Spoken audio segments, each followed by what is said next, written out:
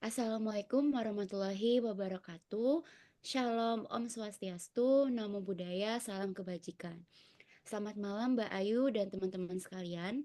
Perkenalkan, kami dari kelompok 5 dari mata kuliah Perilaku dan Psikologi Organisasi ingin mempresentasikan sebuah artikel ilmiah yang berjudulkan Menjaga Etika dan Keadilan dalam Kebijakan Ekonomi Antara Efisiensi dan Kemanusiaan.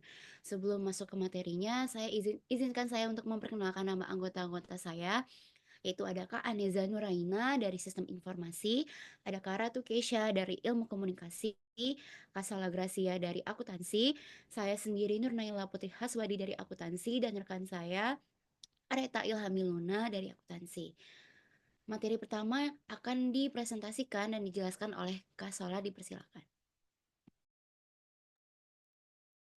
Pembahasan pertama kita itu ada dilema efisiensi versus kemanusiaan. Kebijakan ekonomi saat ini cenderung mengejar efisiensi maksimum dan pertumbuhan ekonomi tinggi. Ini tercermin dalam deregulasi, pemotongan pajak, dan liberalisasi pajak.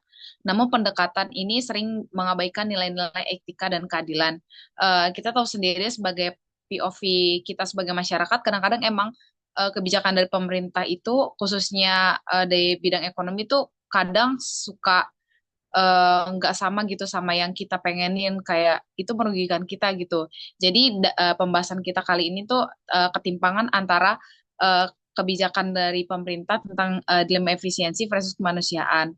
Terus ada juga dikutip dari pernyataan Amartya Sen tahun 99 menyatakan bahwa pertumbuhan ekonomi yang tidak disertai pembangunan manusia seperti bidang pendidikan dan kesehatan adalah tindak berkelanjutan dan tidak etis. Ini menjadi pengingat bahwa kebijakan ekonomi harus menempatkan manusia sebagai pusat perhatian, bukan hanya angka-angka statistik.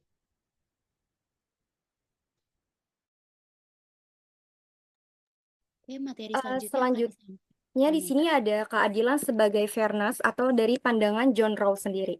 Dari artikel kimia yang sudah dibuat, itu kita menyantumkan teori dari pandangan John Rawls yang menurutnya keadilan itu harus adil buat semua orang, terutama yang paling nggak beruntung.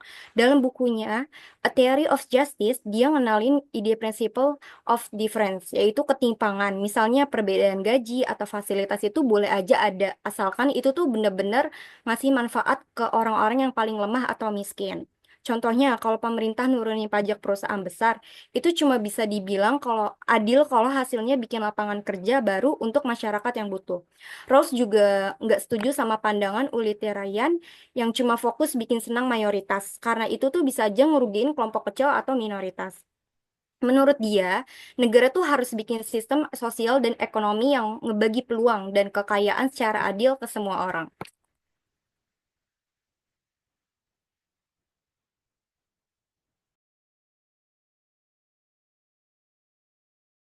Selanjutnya Areta.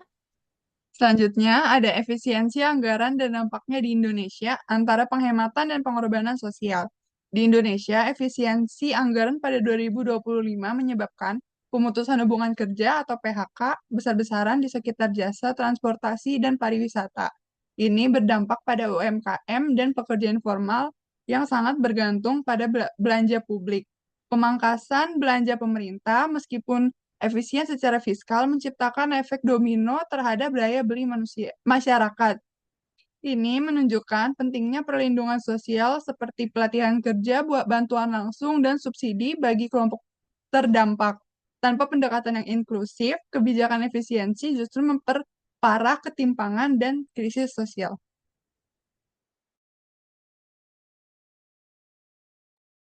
Selanjutnya, psikologi keadilan dalam dunia kerja. Penelitian oleh Akbar, Mora, dan Hakim 2024 mengungkapkan bahwa keadilan organisasi sangat mempengaruhi kesejahteraan psikologis pekerja. Karyawan yang merasa diperlakukan adil menunjukkan motivasi dan loyalitas yang tinggi, bahkan dalam situasi tekanan, misalnya kayak gaji yang sesuai, pembagian tugas yang jelas, dan atasan yang bersikap jujur.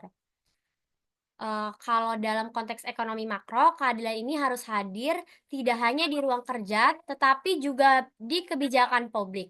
Ketidakadilan seperti ketimpangan gaji, diskriminasi, atau keputusan sepihak bisa menimbulkan stres, penurunan produktivitas, dan instabilitas sosial.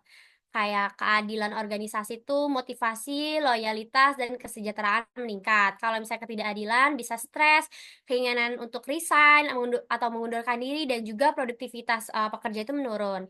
Lalu untuk relevan bagi sektor publik dan swasta dalam pengambilan keputusan. Nah, terakhir itu ada kesimpulan bahwa kebijakan ekonomi yang baik itu bukan hanya soal angka dan efisiensinya saja, tetapi soal siapa yang diuntungkan dan siapa yang tertinggal. Di tengah tekanan globalisasi ini dan tuntutan efisiensi, negara harus tetap berpijak pada nilai-nilai moral dan keadilan. Tanpa kepekaan terhadap realitas sosial, pertumbuhan ekonomi itu justru dapat memperlebar jurang ketimpangan dan memperburuk kesejahteraan mental masyarakatnya. Juga, keadilan itu bukanlah hambatan bagi pertumbuhan, melainkan pertumbuhan yang stabil dan menyeluruh.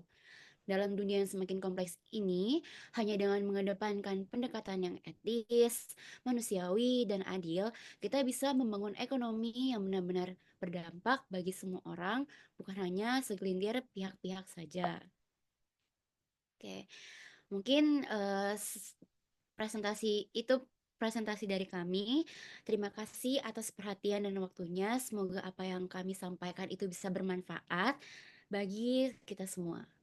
Selamat malam. Terima kasih.